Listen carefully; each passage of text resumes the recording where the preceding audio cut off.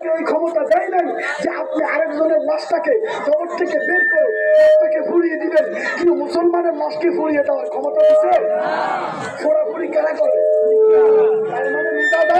এরা মাজার ভাঙে, মন্দির পাহারা দেয়, এরা আল্লাহ ওলিদের দেহবাস মাটি থেকে উঠিয়ে ফুরিয়ে দেয়।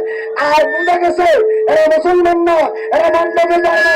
যারা মণ্ডপে জন্ম তারা মানুষকে ফুরাই দেয়, তারা মাজার ভাঙবে, এটাই স্বাভাবিক কথা। ঠিক কিনা? আজকে এই জালালিয়া দরবার শরীফের পক্ষ থেকে তীব্র নিন্দা জানাচ্ছি এবং সারা পৃথিবীর মুসলিম উম্মাহকে ঈদ মিলাদুন নবীর শুভেচ্ছা জানাচ্ছি।